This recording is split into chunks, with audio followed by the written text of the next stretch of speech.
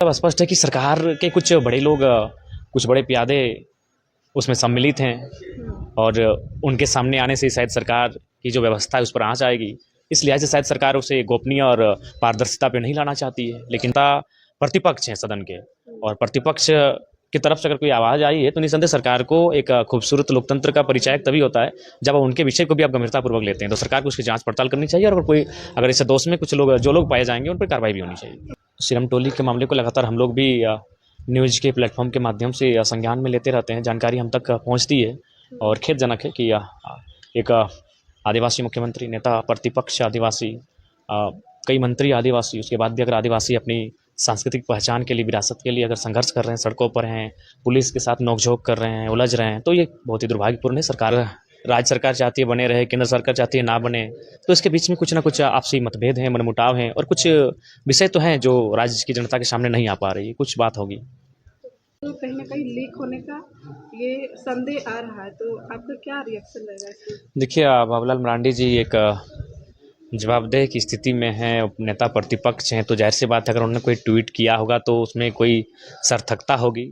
ऐसा नहीं कि वो किसी अनर्गल विषय पर अपने महत्वपूर्ण समय को जाया किए होंगे। तो निसंदेह सरकार को इस विषय को संज्ञान लेते हुए, और तभी सदन की भी सार्थकता होगी, सरकार की भी सार्थकता होगी, क्योंकि वो नेता प्रतिपक्ष हैं सदन के, और प्रतिपक्ष की तरफ से अगर कोई आवाज़ आई है तो निसंदेह सरकार को एक खूबसूरत लोकतंत्र का परिचायक तभी होता है जब उनके विषय को भी आप गंभीरतापूर्वक लेते हैं। तो सरकार को उसकी जांच पड़ताल करनी चाहिए, और अगर इस दोष में कुछ लोग जो लोग पाए जाएंगे उन पर कार्रवाई भी होनी चाहिए। तो कुछ लोगों की गिरफ्तारी भी हो गई है, जैसे उसमें कुछ जवान भी हैं और उन लोगों को अभी तक गिरफ्तार हुआ है। कुछ लोग ये मांग कर रहे हैं कि इतना सबूत आने के बाद भी सरकार इस पर संज्ञान नहीं ले रही है।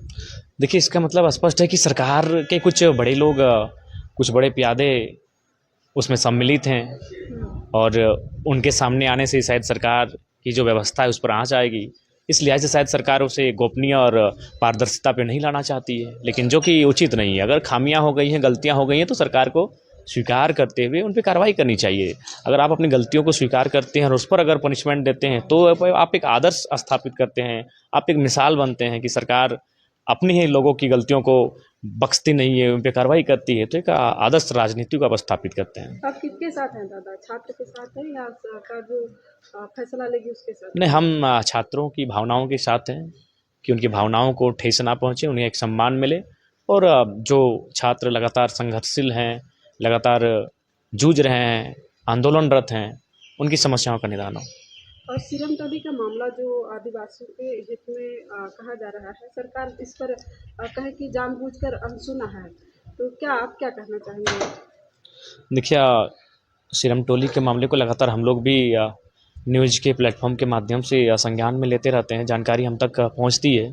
और खेदजनक है कि एक आदिवासी मुख्यमंत्री, नेता प्रतिपक्ष आदिवासी, कई मंत्री आदिवासी, उसके बाद भी अगर आदिवासी अपनी सांस्कृतिक पहचान के लिए, विरासत के लिए अगर संघर्ष कर रहे हैं, सड़कों पर हैं, पुलिस के साथ नोकझोंक कर रहे हैं, उलझ रहे हैं, तो ये बहुत ही दुर्भाग्यपूर्ण है। सरकार को अविलंब संज्ञान लेते हुए इसका निष्पादन करना चाहिए। तो आप किनके साथ हैं सीरम टोली मामले पर? निसंदेह हम झारखंड के लोगों के साथ हैं, झारखंड के लोगों की समस्याओं के साथ हैं। आप भी चाहते हैं कि रैंप वहाँ से हटना चाहिए, उन लोगों का जो मांग है? हाँ, उसे एक नया वैकल्पिक मार्ग देना चाहिए, एक नई दिशा देनी चाहिए, ताकि उनकी जो आस्था का केंद्र है उसका बचाव हो जाए।